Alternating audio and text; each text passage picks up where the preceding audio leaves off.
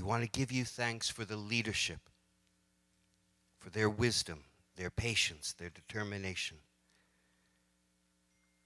And we want to give you thanks for all whom we serve, for their hope, for their resiliency,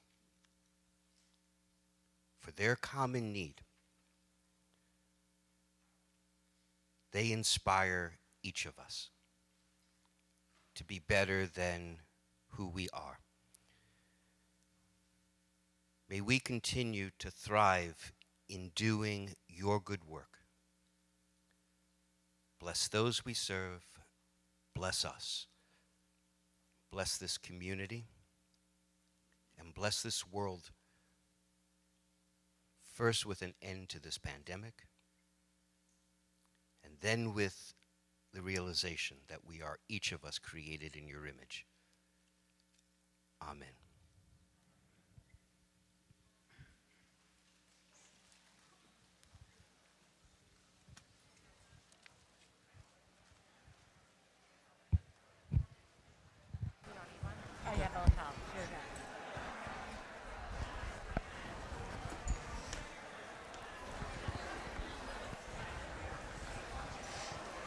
Hey, thanks so much, Rabbi David. That was a great start. We've got good energy in the room, and that is a wonderful way to get our gathering. Let me introduce myself. I'm the Reverend Meg Decker, and for the past 4 years, I have been board chair of this organization, and I too am excited to welcome you to this annual meeting. So let me get us started, and the way we want to start is, and this shouldn't be a surprise, with thank yous. Because with an organization like this, we have many, many people to thank, and a lot of them are you right here. First, let me thank our volunteers. Did you know we have about 3,000 volunteers at Interfaith? If you're a volunteer, are you a volunteer? Wave. Thank you for keeping us going in this past year. We have our partners, the many other organizations, the city leaders, the police departments who work with us, and of course we have our donors who support all our work. But before I move on from this, I want to give a special thank you, special shout out to one particular group, and that's our faith centers. I represent a faith center. How many of you are part of a faith center? Faith centers started this organization, and what I want to highlight is that in this past year, if it were not for our faith centers, one of the basic needs that Interfaith offers, food, would not be available. Thanks to our faith centers offering many food drives, making countless sack lunches, giving food week after week, and serving still in our nutrition center, people were able to be fed. Would not happen without you, so thank you, faith centers, for stepping up for our community, that moment of need, giving people that first step of what they need, helping them find their way into the rest of our programs. Thank you, faith centers. Yay! Thank you, Meg. My name is Greg Angel, and I am so honored to serve as the CEO here at Interfaith Community Services and to be with so many friends and colleagues and partners and supporters to celebrate what you accomplished this last year. We're going to talk about and share some of those stories today, but let's start with something that you bought. You bought a hotel. Yeah. 1 year ago this month, you bought a 77-room motel here in Escondido. $9 million in grants from the County of San Diego were provided to Interfaith Community Services to purchase this hotel. Most recently, those grants were brought forward by the recommendation of one of our county supervisors, Supervisor Tara Lawson-Remmer. Her staff are here today. They've actually brought a proclamation honoring all of you and the amazing work that you're doing. The Board of Supervisors unanimously approved twice 2 grants totaling $9 million to purchase what is going to become the Turk Recuperative Care Center. You see a rendering of it up here. For the last year, since it has been purchased, it has been providing shelter and care. You've actually helped 62 individuals come off the streets come into the Turk Recuperative Care Center and get access to care, support on their way to housing of their own. But that's not it. That's not the end of this place that you're creating, because we did something else. You did something else this year. We asked for your help. We said that we were going to raise $5 million to renovate this formerly blighted motel, which, by the way, calls for service to the police department have dropped 85% since Interfaith took ownership of this hotel.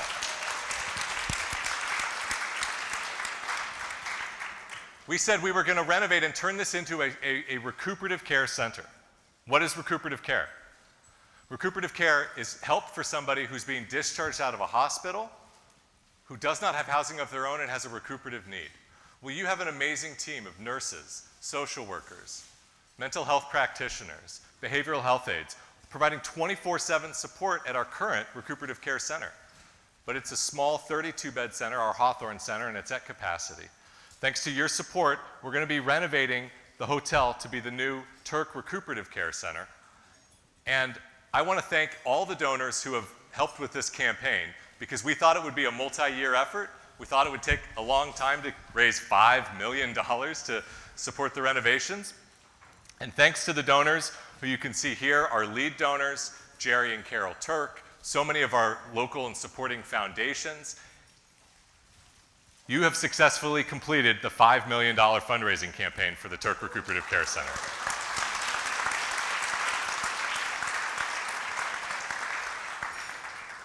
All of the individuals and groups here were a part of it, but so many more, and they're a part of what you all are here together, coming together to support helping people in our community, and we're so happy to honor those of you supporting us today. Don't forget to mention our bank. Oh yeah, absolutely. So we thought it would take years to complete this campaign, and the bank that lent the money to purchase it actually waived our prepayment penalty, a $77,000 gift from First Citizens Bank here in Escondido. Thank you, Meg. So that's just such a great example of the way that Interfaith works with the community. But as we conclude this part of thank yous, there's one last important thank you that Interfaith needs to offer today. Each year, we at Interfaith give an award to a particular individual or family who really exemplify the spirit of it, helping people help themselves and giving that message to others, sharing that message of Interfaith. We call it the Sami Award. It is named for a former board member of Interfaith, Sami London Mark, who was a board member who not only helped people but also expanded the Interfaith message. And so the Sami Award is here. And today we are here to honor not just one individual, not just a couple, but an entire family. We're here to honor the Raymond family. We have Jack, Caroline, Rebecca Raymond. The Raymond family have done so much. We look at a picture of Jack and Caroline in front of what is now called Raymond's Refuge, because Jack, in 2006, read about a World War II veteran in his 80s who, with his wife, was living in his car here in Escondido. And Jack said that's not acceptable, and this older couple could not afford to live on their Social Security income. But Jack had been saving his own Social Security benefits in a charitable bank account, and Jack donated the money to purchase an apartment complex, which you all then leveraged with some government support to create 2 apartment complexes. And we are providing 16 seniors with housing today at Raymond's Refuge. And that's just part of the legacy of the Raymond family. Jack and Caroline's daughters have also supported Interfaith throughout the years. Their daughter Midge served on our board of directors, helped build our endowment. Rebecca and her daughter Jackie have been doing sack lunch Sundays throughout COVID, making sack lunches to feed thousands and thousands in our community. Jack and Caroline helped with a campaign to complete our Housing 1,000 campaign. You remember that, when we were housing 1,000 people in less than a year?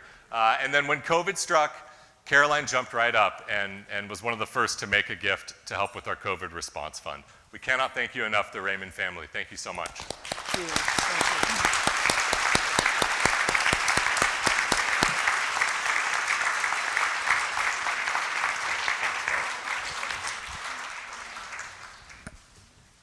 Thank you. Much applause, well deserved. Let's talk now a bit about the work that Interfaith does. Lada thanked us for doing all this work, but we are involved in Interfaith because we know Interfaith makes a difference. Now, you'll see on the slide here 5 different areas. Interfaith has over 75 programs. Did you know that? Anybody think they can name them? Fortunately, you don't need to because they are organized in 5 different areas, as you can see there. And if you want to know more, after the meeting in this room today, outside, across the courtyard, we have these programs, program directors, various areas right there ready to explain to you what they do, give you information about the difference they make, and maybe even help you find a way to be involved. So be sure after this meeting is over to visit our open house right outside and find out more about the programs we do. Now, behind these programs, there are numbers. And you all have a book on your table. Everybody got a program today. And this information, plus lots more information and stories about Interfaith, are in those bulletins. So be sure to take them home. Don't read them now, because we have so much to say you'll be distracted. But take them home and read them later, because there's a lot of good info. So look at all those numbers, the work we have done. Almost 22,000 individuals were served in this last year through the many programs of Interfaith Community Services. Is that an impressive number? Should we applaud that number? I think we should. It's a great number, and you can see the various ways we serve them.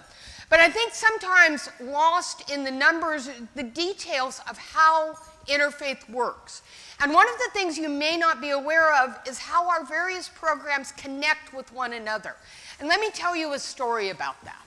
I'd like to introduce you to Ross, tell you the story of Ross. Ross was a homeless man. He was ill. He was in the emergency room at Tri-City, probably close to his deathbed. But he got out of Tri-City, but going back to the streets wasn't the right place to go. So where did Tri-City send him? They sent him to our recuperative care. Greg talked about what recuperative care does, taking people from the hospital, getting them back to health. But that's not the end of Ross's story. As he healed in that place, he began to face another issue in his life, the issue that had kept him on the streets, addiction. And so from that program, from recuperative care, he moved to recovery and wellness, completed our recovery and wellness program, and then he wasn't done yet. He re-entered the workforce, got a place to live, overcame homelessness, and now today, Ross is living independently, in housing, contributing to society, and a life that is not on the streets. That's a success story, and that's what our programs do. Ross is one of many. It's hard to imagine that he's one of almost 22,000 people who you supported and walked alongside this last year. The numbers of the outcomes of what you're accomplishing are significant. I want to call 2 more to your attention that are in the program. The first is around rental assistance, because this last year, we all know that COVID has changed everything. And we know that a lot of people haven't been able to pay their rent because they've lost their jobs. They haven't been able to work for a lot of different reasons. Well, this last year, through Interfaith Community Services, you prevented more than 1,200 people from becoming homeless by providing rental assistance. I want to call out another figure, and these two are related, because you also provide a transitional youth academy working with at-risk high school students and their families. And yet again, this year, the senior students who you worked with have a 100% graduation rate, graduating high school and moving on to college. It's a big deal. It becomes an even bigger deal when you get to know a little bit more about the challenges of what these students and their families are overcoming. So I want to share about someone who I'm going to call Cindy. Cindy's mom was the victim of domestic violence. Cindy's mom ended up in the hospital. Cindy's dad was in jail. The family was about to lose their housing because Cindy's dad was the primary breadwinner.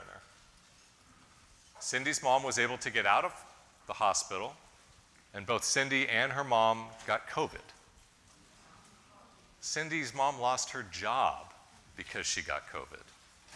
The family was forced to leave the temporary home they were in. Cindy's mental health deteriorated to the point that she almost had a catastrophic life-ending event. And that's when Interfaith was there for her. Through the Transitional Youth Academy, you connected Cindy to mental health support. You helped her mom get a new job. You provided the rental assistance to help them move into an apartment of their own. And when the kids had no beds to sleep on, you bought them new mattresses. So when you talk about a 100% graduation rate and preventing homelessness for 1,200 people, it is so much more than that. It is multi-generational impact and support. And we cannot thank you all enough for being a part of this work and helping create healing, hope, and restoration. And when we think about this, we think about the work that you do, that we do in partnerships, because it's partnerships with our schools, with our law enforcement partners, with our healthcare partners. We have a great group from Neighborhood Healthcare here today, and even the arts community that make all of this work possible, partnerships. And we change. I think that's a wonderful thing about Interfaith, always looking for new ways to help. And as Greg mentions arts, that's a new thing for Interfaith. What we discovered when we took over what is now the Turk Center is that there was a big blank wall, probably, or the largest blank wall in all of Escondido, huge blank wall. Who knew that that was a problem? Well, the artists know that that's a problem. So thanks to the Escondido Art Association, that problem was fixed because the Escondido Art Association got us in touch with an artist, Mario Alvarez, who is here today, and he painted this beautiful mural. Come on up. Good to see you again. Mauro, thank you for joining us today. Likewise. So Mauro, you created the largest mural in the city of Escondido, but it's a special mural. There's something different about it. What was your inspiration? I wanted to give back to the city that I grew up in. Sorry, I get emotional every time I talk about it, but that's fine. Because there's a meaning, because people like me, we battled addiction and we had restraints from succeeding in life until we enter the program. So once again, you see the lady with the phoenix in her head, that's Mother Nature. I represent the phoenix and everybody else that has an issue from succeeding in life. But once you enter the program, you'll see the birds. There's 12 blackbirds, and then it gets to purple, then orange, because after you graduate the program, every day is still a struggle, but it's brighter. So that was the meaning behind it. And then after you graduate, you have more freedom and life is more beautiful. And Mauro, you met with the residents of our graduate lodging program there at the Turk Center. Yes, and Hillary and I, we sat down before I even mocked it up and asked them what would inspire them, what are their favorite colors. So you see the hair strands actually represent a client in the Turk Center. Pick that one.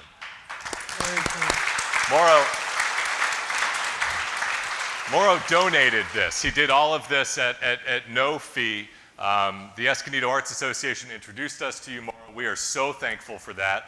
I cannot thank you enough for your contributions. You've created something truly inspirational for our residents. And you're going to be doing something at the open house after this. Yes, I'll be painting live, and I believe it'll be available at the end of it. So it'll be a live painting, so come by, ask questions. I'm very friendly. I don't bite that hard. Awesome. Thank you, Mauro. Thank you. Thank you so much. Thank you. So the great thing about the mural Mauro created is that only the residents within our Turk Center can actually see it. Isn't exactly fair, so might you tell us how the rest of us might get to see the mural? So you're invited to come and see it. You just got to talk to me or one of our colleagues here at Interfaith, and we'd love to schedule a time for you to come and visit the Turk Recuperative Care Center and show it to you in person. All right. One good opportunity. Well, you guys have probably heard enough from Greg and I, yes? So let's hear from some other people. We'd like to hear now from some of the staff, and we have a video to share about the work that they are doing.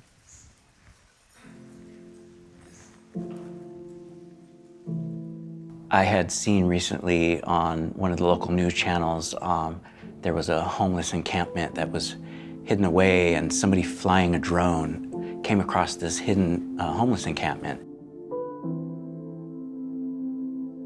And during that interview, I really struggled because I heard the complaints, right? I heard the complaints about it, but I didn't hear any solutions.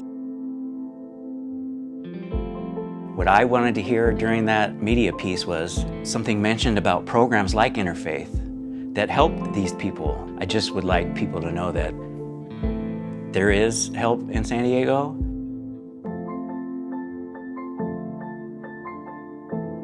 I just want people to know that Interfaith is here. Interfaith is here, and we're trying to help those people.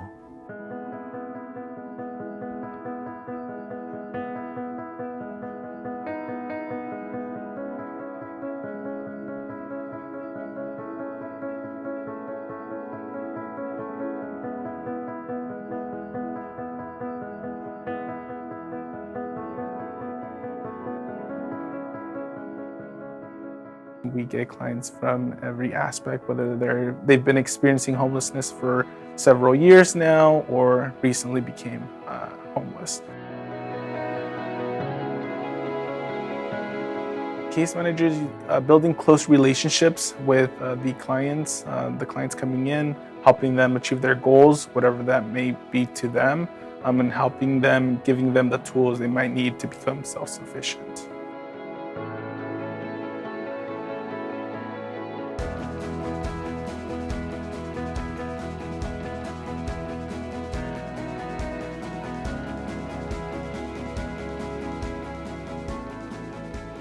A lot of the community isn't aware of the resources that Interfaith has available, or maybe they had a negative experience, in a different organization. But I feel like here at Interfaith, everybody is so empathetic, very compassionate, and I think that helps. And so definitely the clients coming in and trusting us, with their life stories, because everybody has their own story.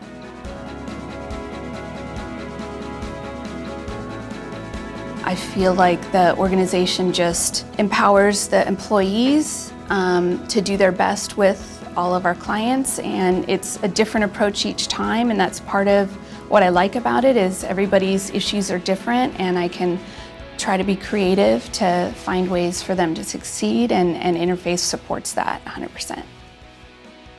Very recently, one of our clients, she came with nothing. She had no job, no place to live. She was struggling with making connections. After 6 months with us, she had a place to live, she had a job, she was still coming in just for the connection. If I can just reach one of those, I'm happy. I feel like everybody deserves a chance at quality care, regardless of your economic status. The client is the one doing all the work. Interfaith, we provide a safe place for them to do the work.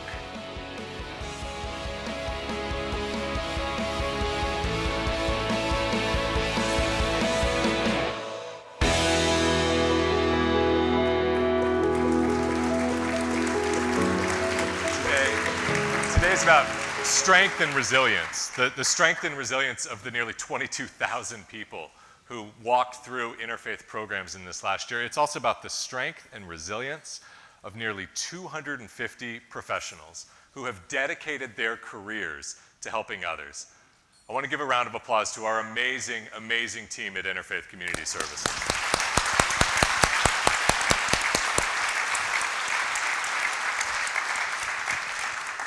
And remember, we mentioned the open house. One more mention for the open house. You can meet this wonderful staff, or at least some of them, and find out what inspires them in the work they do outside after lunch. Don't miss out on that wonderful opportunity. Now, I want to interrupt this meeting for some business. You may realize that every organization has structure and business behind it, and that's one of the things I do. I've been board chair for 4 years, and I have to say it has been one of the greatest opportunities and experiences of my life. I have enjoyed pretty much every minute of it. And the reason why I have enjoyed pretty much every minute of it is because we are supported by an incredible group of people who are the board of directors of Interfaith Community Services, community leaders from a variety of backgrounds in a variety of communities. See their names here. Each year, a few people retire, a few people join us. And what I'd like now is those of you who are here, who are on the board, if you could please stand. I know some of you are here. I see one there. I see a few. Oh, a lot of you are here.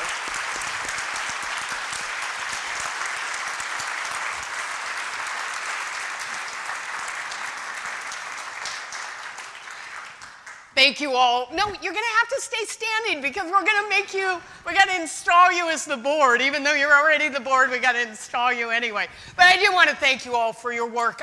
It's been incredible being in charge of the board, and I really do love working with all of you as part of this organization, and I hope you all are as enthusiastic about board work as I am, because that's what I'm going to ask you. So now, board, all of you who are here, we're going to install you as the board. So here's the question, and you're supposed to say, I do, or yes, or something like that. But will you all take on the responsibilities of being the board of directors of Interfaith Community Services happily, enthusiastically, with inspiration? You can say, I do now. I do. That would be good. Yay.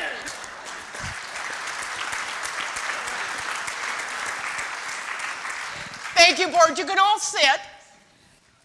But before we quit talking about the board, we have business to do. The one thing the board has to do at the annual meeting, read the annual meeting minutes from last year. Quick, read them now. Because I need the board to approve these minutes. So you're all going to trust that they're right. We can't change them. It's on a slide. So can I get a motion from the board? Someone on the board? A motion, good, and a second. And all the board members, but no non-board members, all say aye to approve them? Aye, yes, hopefully we had a quorum. Thank you. Lastly, I would like to introduce the officers of Interfaith on the board. And I see Lisa Brennick over here. Lisa, could you stand? Lisa is continuing as our secretary. Yay. And Silas Harrington is, Silas, stand. Silas is continuing as our treasurer. So thank you both for offering your services. And we have two new officers. We have John Byers, who is going to be our new vice chair. Thank you. And then exciting, personally, to me, is our new board chair, Dr. Kadri Webb. Yay!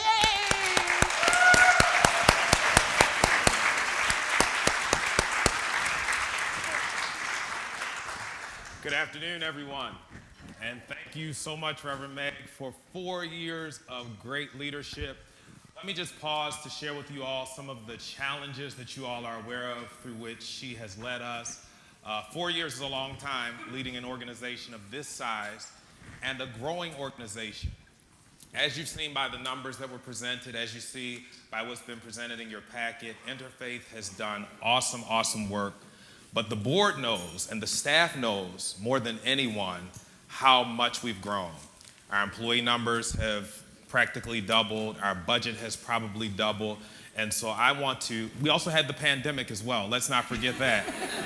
And so I want to honor her and thank her for 4 years. It's been an honor to sit in the second chair alongside her and to support her in any way that I could. And so thank you so much. I'm looking forward, with your help and advisement, to leading Interfaith as our board chair, and count it a signal honor and privilege. And so come on, everyone, let's thank Reverend Meg Decker. Give her a round of applause. That's right, we can do a Better than that.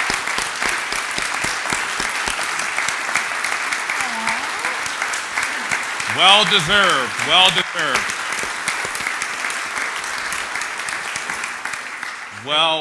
Well deserved. A round of applause.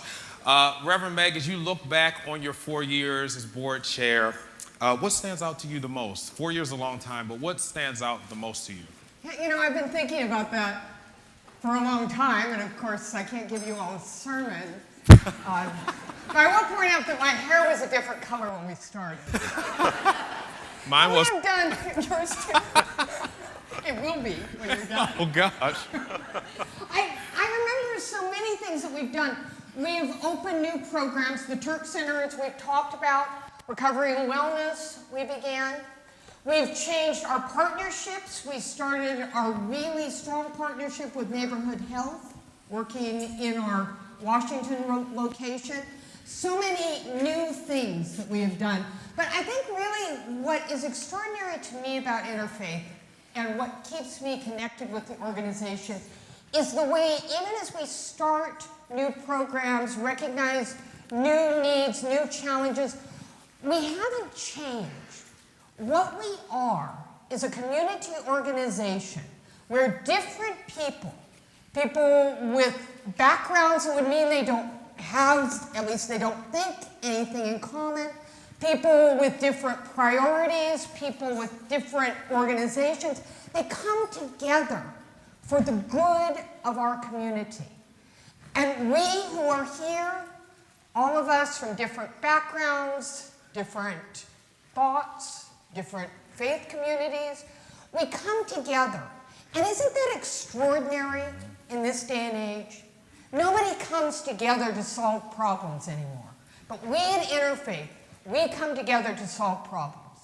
One thing that is very exciting to me as I leave the board chair and turn it on to Kadri is that we've taken on one new challenge. For so many years, all through Interfaith's history, our job has been to meet people's needs. But we've begun to ask the question, where do those needs come from? What causes poverty? What causes people to fall out of society? What is it that we can do to change the systems that cause the problems? No longer just going to meet the needs, but we're going to figure out, learn about that, educate each other, and maybe even change the way our world works by answering them. And that to me is exciting. And I thank you all for being part of this organization, for working together and continuing to have that dream that together we can make our community better. So thank you.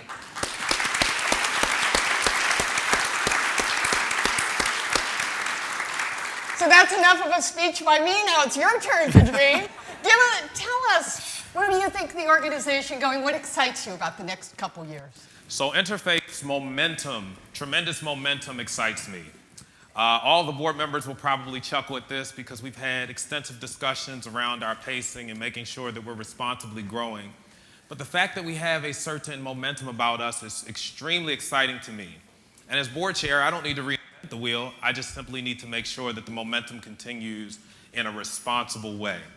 As I shared, so much growth has happened, and hopefully we'll have even more growth under my leadership.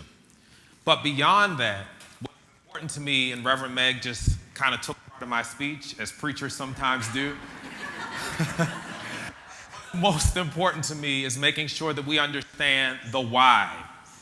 It's not just about your money, it's about your mentality.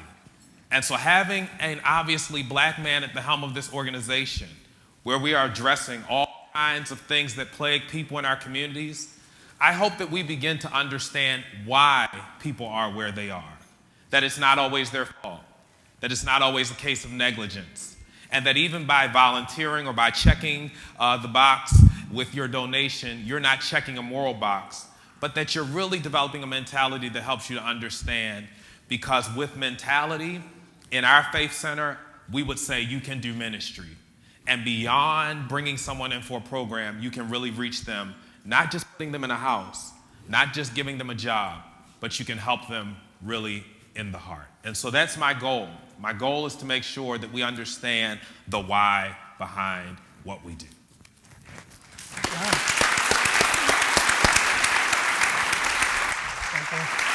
Congratulations, Dr. Webb. Welcome. Thank you. And Meg, we can never thank you enough. Thank you.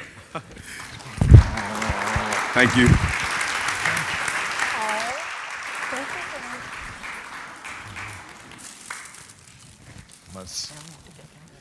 This is how we do in my church. Yes. We're not in church, but there you go. As Megan and Kadri just shared, we have some new initiatives that we're working on, and we'd like to spend just a few minutes and the rest of this meeting to share some of those with you today.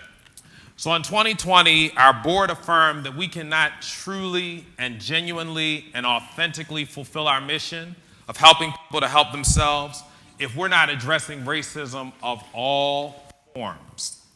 To support our work to become an anti-racist organization, we partnered with some diversity consultants. We don't have all the answers. We don't profess to have all the answers, but we're working with folks who we believe have more answers than we had. That we've solicited the help and partnership of diversity consultants, Dr. Nate Sessoms and Debbie Lumpkin, and I'm pleased to welcome Dr. Sessoms, who is here today to share more about their work. Come on, let's welcome Dr. Sessoms.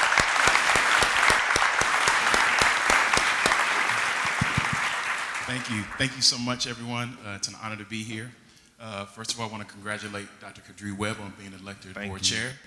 I want to acknowledge and congratulate all of those newly elected board members, and special thanks to Greg for the invitation to be here this afternoon. Let me start by introducing myself and sharing Debbie Lumpkin is my colleague. We're with Success Beyond Measure.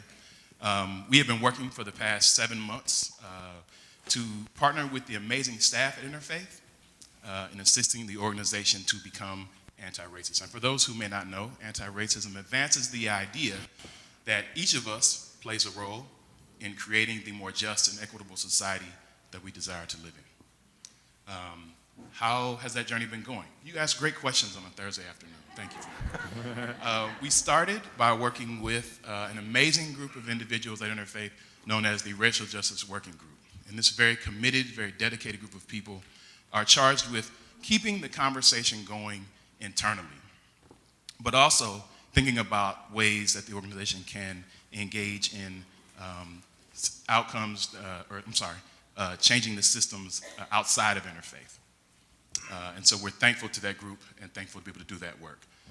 Next, and I don't want to steal Greg's thunder, but I think I might just do that. Go ahead.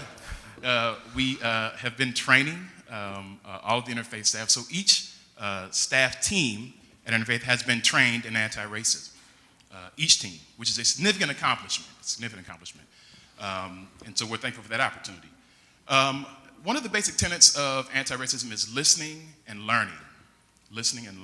And to that end, we've engaged in listening sessions. All staff have been invited to participate in those. We can find out more about the needs and desires of all staff members. And finally, we're working with human resources to think about policy development and policy revision. Now, all of those are very bold steps. They're all very bold steps. But isn't that interfaith? Right? Boldly answering the call to help people help themselves. So we're very thankful for the partnership. We look forward to growing it and strengthening it. And we'll be outside at the open house, willing to speak with anyone who wants to talk more about this work. Thank you.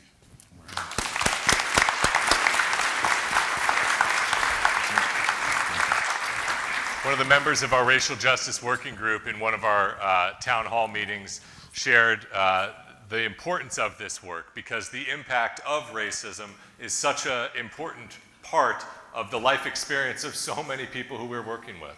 So regardless of whether individuals have experienced it in certain ways themselves, understanding it and being able to address it is simply a requirement in this world that we operate and in the mission that we have. And I think about that as we look to our next initiative, because Interfaith for generations has done and helped a lot of families overcome homelessness. And so to share with you all today the next chapter in this story of helping families overcome homelessness, I'm really honored to introduce you to one of my closest colleagues, our Chief Program Officer, Felipa Rios. Felipa. Hi everyone, how are you? I'm really excited to be here and share about Interfaith Community Services and our goal to help families in crisis. So on August 18th, Interfaith opened the doors to our new family shelter program. Since then, we have served a total of 14 families and out of them, 25 children. I want to tell you the story of one of those families, and I want to share how this family came to Interfaith. And this family is only one of the 22,000 families, the 22,000 children who are either facing homelessness or who are currently living in a housing insecure environment. We're going to call the mom, Angela. Angela came to us seeking rental assistance. She was in a relationship that was not healthy, and her partner was the leaseholder of her unit. When Angela came to us, she was actually just looking for rental assistance. And our wonderful case manager was able to go through the assessment process with Angela and help her realize that the place where she was living and the person she was living with was not a safe environment. Angela shared with her deepest desire to get out of that relationship and to actually move out into her own. She was fearful, though.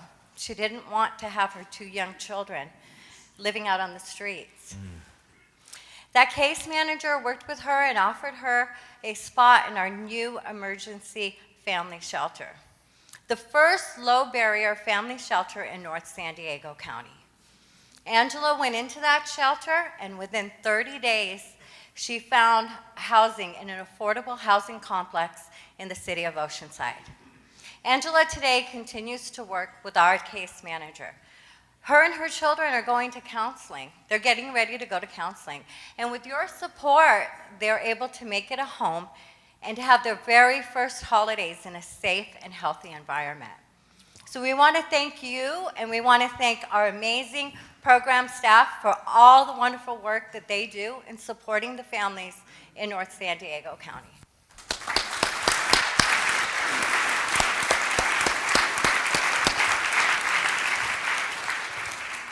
To answer Reverend Meg's question about who can name all 75 programs, that's the lady who could probably answer that question for you. Thank you again to Philippa and her team and for all the hard work that they do to keep us moving programmatically in a responsible way to help people help themselves. You'll hear me say that a lot today because we want you to walk out not just saying it, but embodying it. We are helping people, you fill in the rest, help themselves. That's it. Our recent strategic planning process identified the need to educate the larger community around the realities of poverty and homelessness. For many people, depending on what your social background is, for you, that may not be a reality. You may not have the same social lens that others have, but if you move out far enough, if you ride just down the street, you'll see that poverty and homelessness are realities.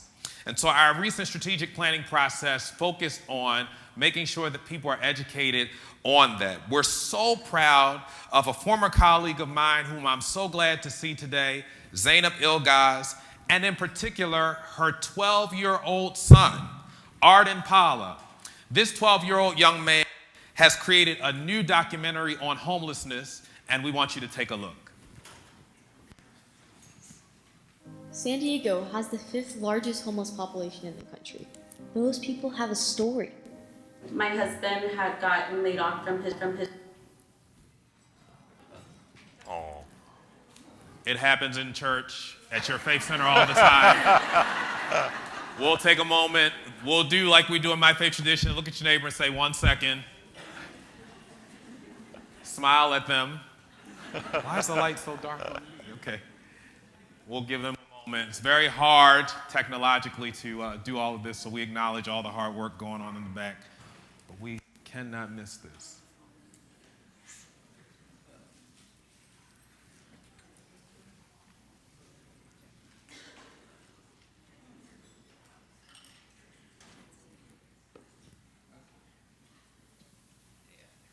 San Diego has the 5th largest homeless population in the country. Those people have a story. My husband had gotten laid off from his job that he had been at for 12 years. Even though I could find some income, my home was a car for about 5 years. You feel disconnected by light years from just normalcy. Anyone given a second chance is given an opportunity, a way to move forward.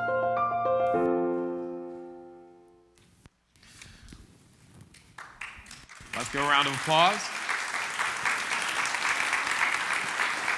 Arden is here today, and it's my honor to present to you all Mr. Arden Pala. Let's give this 12-year-old young man a hand.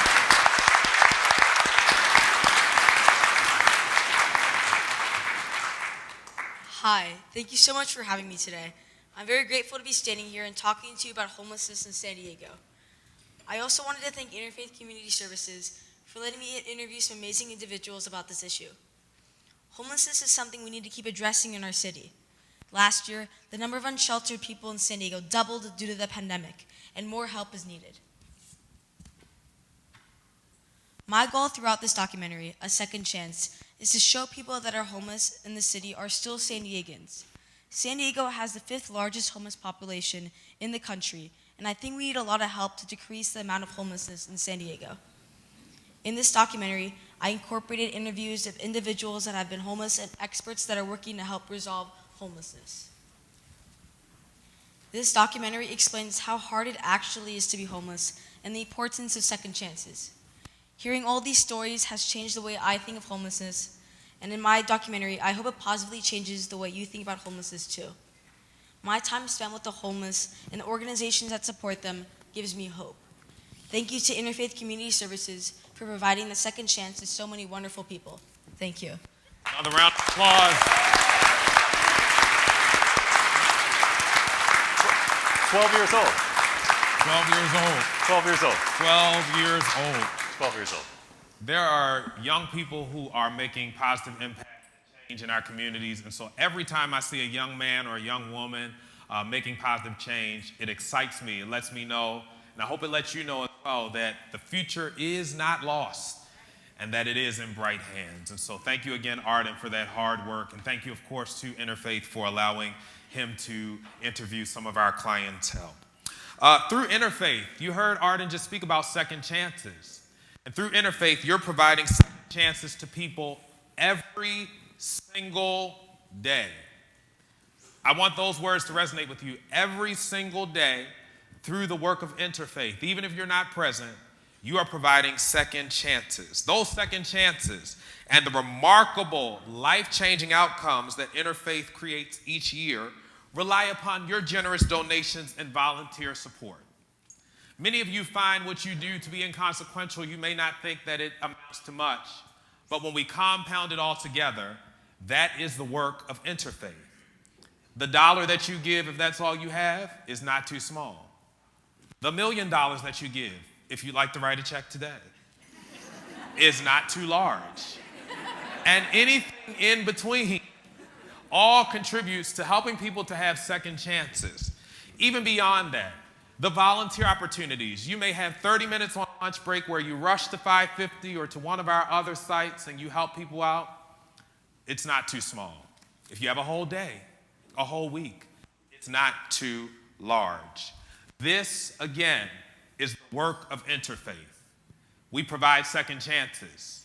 We help people to help themselves. And to talk more about how you can further support the work of Interfaith, I have the high privilege and honor of introducing our Chief Development Officer, Verinda Missett. Hi. Thank you. Thanks, Kadri. Thanks, Greg. We're so excited to have so many people out today celebrating Interfaith. You see so many faces, new faces, and older faces, so thank you. We are inviting you outside after this for open house.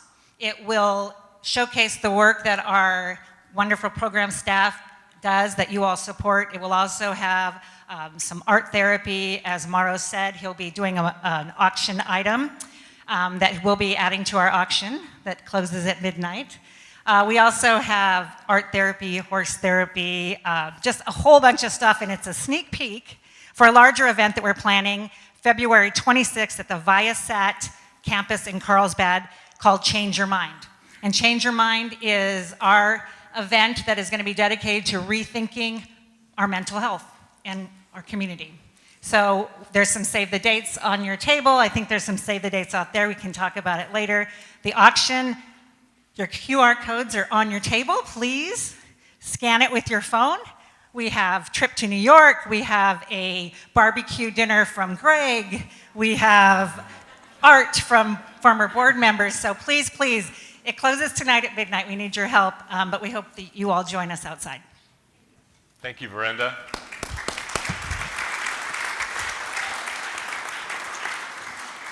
Before we close out, we're going to hear from one more individual who you've helped this last year. And before I turn it over to her to share her story, I want to thank all of you for being here. And I want to thank all of you for who you are. I want to thank those of you who work with us at Interfaith, who make a career out of this. I want to thank those of you who volunteer. I want to thank those of you who donate. I want to thank those of you who work with us in partnership, because you are a part of something bigger than yourself. You are a part of something that we need more of in this world. And we can address the biggest challenges facing us working together, bringing together a diversity of people together in partnership. You are doing this every day. So thank you for your support. Thank you for being a part of something larger than yourself. Thank you for being a part of Interfaith Community Services. And thank you for helping people in their time of need.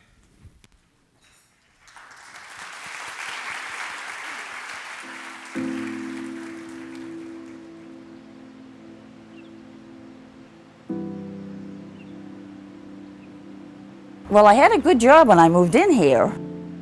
I mean, I was a nurse half my life, and I was making like $40,000 when I moved in here. I was in a bad car accident and I couldn't do it anymore. And my car was totaled. And then I lost a job.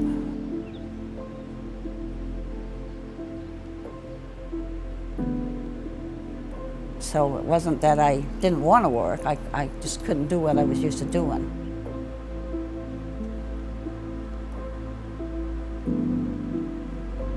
I was just doing like part-time work, and I just wasn't making enough money to pay the bills.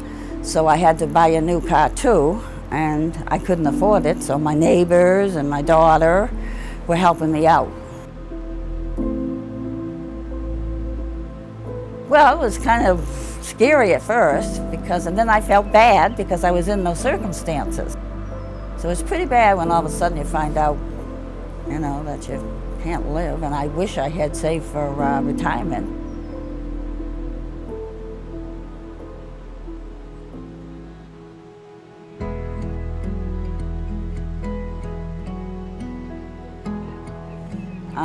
And first time I talked to her, she was wonderful. She gave me some food. They helped me pay my rent for that month and any other little things.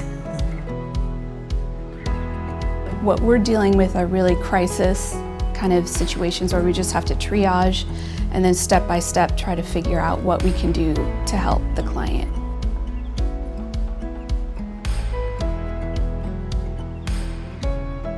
It just feels really rewarding. You really do have to do baby steps. You give them goals and they'll achieve a goal, then you go to the next goal. It's good to know you have a place you can go to. You don't like to go asking people for money. So if I can get the resources, I'm gonna use them. Yeah, no, I'm glad they're out there. It's just amazing when you realize that a client's ready to make a change and they're gonna move forward with it.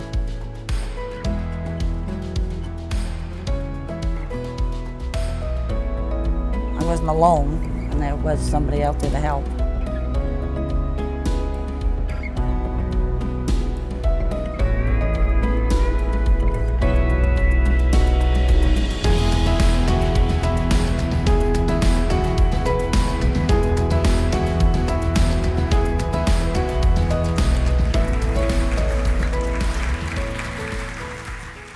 So again, this is the work of Interfaith.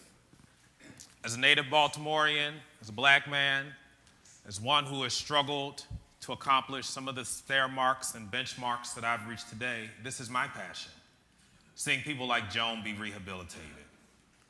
You're here today, so it's your passion as well. I charge you, I want to challenge you to let's continue to help people help themselves. If you don't mind, in my faith tradition, we do a lot of call and response. Look at someone and tell them, let's help together. Look at them, tell them, let's help together. Look at someone on the other side, say, let's help folks together. Let's help folks together. All right, we want to thank everyone again for being here. We want to remind you of a couple of things. We want to remind you again to visit our open house. Visit our open house outside. I hope you'll take some time there. I personally want to meet many of you. I'm not going to hug you, but I will give you a fist bump. I'd like to be connected to the people of Interfaith, and so I'll be outside for a while sharing with you all. I'd love to hear about you, hear about the Interfaith stories and the ways that Interfaith has impacted your life as well. The centerpieces on our tables, these beautiful flowers, are yours to take. By all means, please take them. Brothers, you can get some points. Take those to your wife or your girlfriend. All right. Make sure you grab those. Morrow, grab those for Hillary. Hillary, turn your head. All right. So take the flowers. And just before we go, we want to thank a few people who have helped make today possible. We want to thank just a few persons who have helped make today possible. As you can see, this takes a lot of work.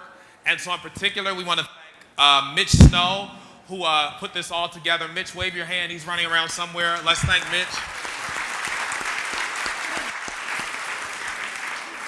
Thank you to Native Tongue Media, Alyssa and Jeremiah. Thank you for all that you've done with technology today. Thank you to Jay. Thank you to all of our Interfaith employees. Thank you to give our employees a hand. We can't skip our employees. That's right.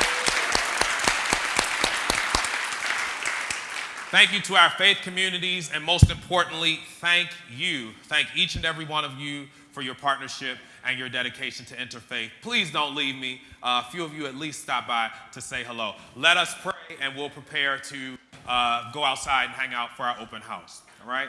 Let's pray. Every head's bowed, every eye is closed, every spirit is centered. God, thank you. Amen. Have a good day, everyone.